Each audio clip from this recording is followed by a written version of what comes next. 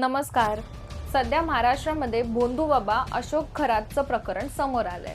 आता या भोंदूबाबावरती फक्त महिलांच्या लैंगिक शोषणाचेच नाही तर फसवणूक करून लोकांच्या जमिनी बळकावल्याचा गुन्हा देखील दाखल झालाय.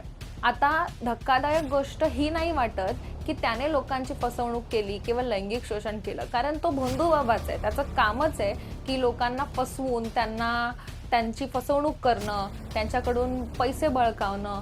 पण मुद्दा इथे येतो की महाराष्ट्रासारख्या पुरोगामी राज्य ज्याला आपण म्हणतो, इकडच्या महिला सुद्धा ह्या अंधश्रद्धेला बळी पडल्या, त्यांचं लैंगिक शोषण झालं. ह्या सगळ्यातून ही जास्त चिंतेची गोष्ट आहे. कारण जर असं सगळं होत असेल तर मग आज महिला शिक्षण घेत आहेत, प्रत्येक क्षेत्रात पुढे चालल्या आहेत, असं म्हणण्याला काही अर्थ उरणार नाही.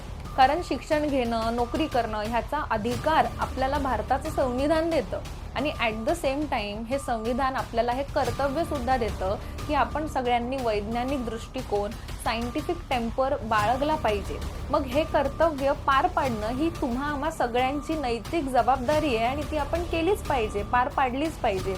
आता खंत ह्या गोष्टीची वाटते की ह्या भोंदूबाबाला महाराष्ट्रामध्ये मोठं करणारे, नामवंत करणारे जी लोक आहेत ती महाराष्ट्रातले मोठमोठे नेते, मंत्री, एवढंच नाही तर महाराष्ट्र राज्याच्या माजी राज्य महिला आयोगाच्या अध्यक्ष सुद्धा ह्यामध्ये सामील होत्या. ह्याची लाज वाटते.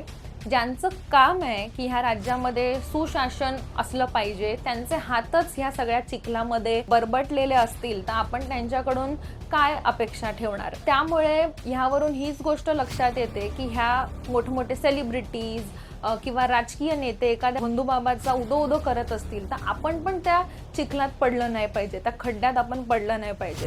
कारण ही जी लोक आहेत ह्यांचे छुपे हेतू ह्या मागे असू शकतात, काहीतरी आर्थिक फायद्याचे, ह्या सगळ्याचे. हे आता समोर आलंय. त्यामुळे ह्याचा सारासार विचार आपण सगळ्यांनी कुठेतरी केला पाहिजे आणि ह्यांचं जे पितळ आहे ते उघडं पाडलं पाहिजे, ही आपली जबाबदारी आहे. हे सगळं होऊनही राज्याच्या महिला आयोगाच्या अध्यक्षांनी राजीनामा देऊनही आत्ताच काही दिवसांपूर्वी मुंबईच्या महापौर भारतीय जनता पक्षाच्या रितू तावडे ह्यांना सुद्धा हे विधान करताना लाज नाही वाटली, अंधश्रद्धा पसरवणारं, की माझा आवाज आत्ता आहे तसा नव्हता, तो एका बाबांच्या आशीर्वादामुळे माझा आवाज नीट झालाय. तर एका संविधानिक पदावरती बसलेले जे लोक आहेत सध्या महाराष्ट्रामध्ये, मुंबईमध्ये, ते अशा पद्धतीच्या अंधश्रद्धा पसरवणारे वक्तव्य करतायत. ह्याचा आपण विचार केला पाहिजे आणि ह्याला कुठेतरी विरोधही करणं ही आपली जबाबदारी आहे. तर शेवटी हेच आहे की ह्यामधल्या ज्या विक्टीम महिला आहेत त्यांनी पुढे येऊन तक्रार केली पाहिजे. यासाठी प्रशासन पावलं तर उचलतच आहे, पण लवकरात लवकर ह्याला शिक्षा झाली पाहिजे. चौकशी ज्यांच्यावरती बसवणं गरजेचं आहे त्यांच्यावरती ही चौकशी बसवली गेली पाहिजे, ही आमची मागणी आहेच. पण अशा पद्धतीच्या कृत्यांना आळा घालण्यासाठी जादूटोणा प्रतिबंध कायदा आहे, अंधश्रद्धा प्रतिबंध कायदा आहे, त्याची नीट अंमलबजावणी झाली पाहिजे. ही सुद्धा मागणी आम्ही भारतीय शेतकरी कामगार पक्षाच्या वतीने इथे करतो आहोत. आणि आज हे न बोलता चालणार नाही की ह्या महाराष्ट्र राज्यामध्ये ह्या सगळ्यासाठी जे काम करत होते ते डॉक्टर नरेंद्र दाभोळकर यांचा सुद्धा खून करण्यात आला होता आणि त्यांच्या खुनाचे सूत्रधार अजूनही मोकाट आहेत.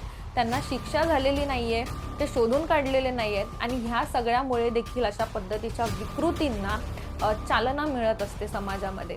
जास्त न बोलता तुम्हाला शेवटी हेच सांगायचं आहे की भारतीय शेतकरी कामगार पक्ष, पुरोगामी विद्यार्थी आणि युवक संघटना ही पुरोगामी विचारांना मानणारी एक संघटना आहे जी अशा सगळ्या कृत्यांचा निषेध करते आणि तुमच्या सोबत उभी राहते. जर तुम्ही अशी एखादी महिला किंवा एखादी व्यक्ती असाल जी ह्या सगळ्याला ऑलरेडी बळी पडलेली आहे किंवा तुमच्यावरती जोर जबरदस्तीने अशा प्रकारच्या भोंदूबाबाकडे जायला तुम्हाला कुटुंबातले लोक फोर्स करत असतील, तुम्हाला मदतीची गरज असेल कोणत्याही कायदेशीर, प्रशासकीय, तर आम्हाला तुम्ही नक्की संपर्क साधू शकता. आम्ही आमचे नंबर्स इथे देतो आहोत आणि आमच्यापर्यंत कुठलाही संकोच न बाळगता तुम्ही पोचा. आम्ही प्रयत्न करू तुमच्यासोबत उभं राहण्याचा.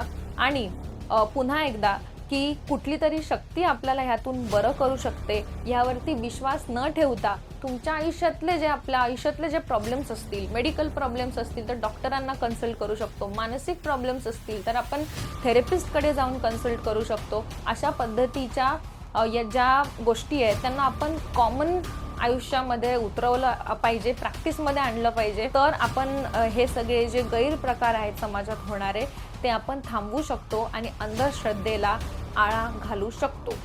धन्यवाद. लाल सलाम.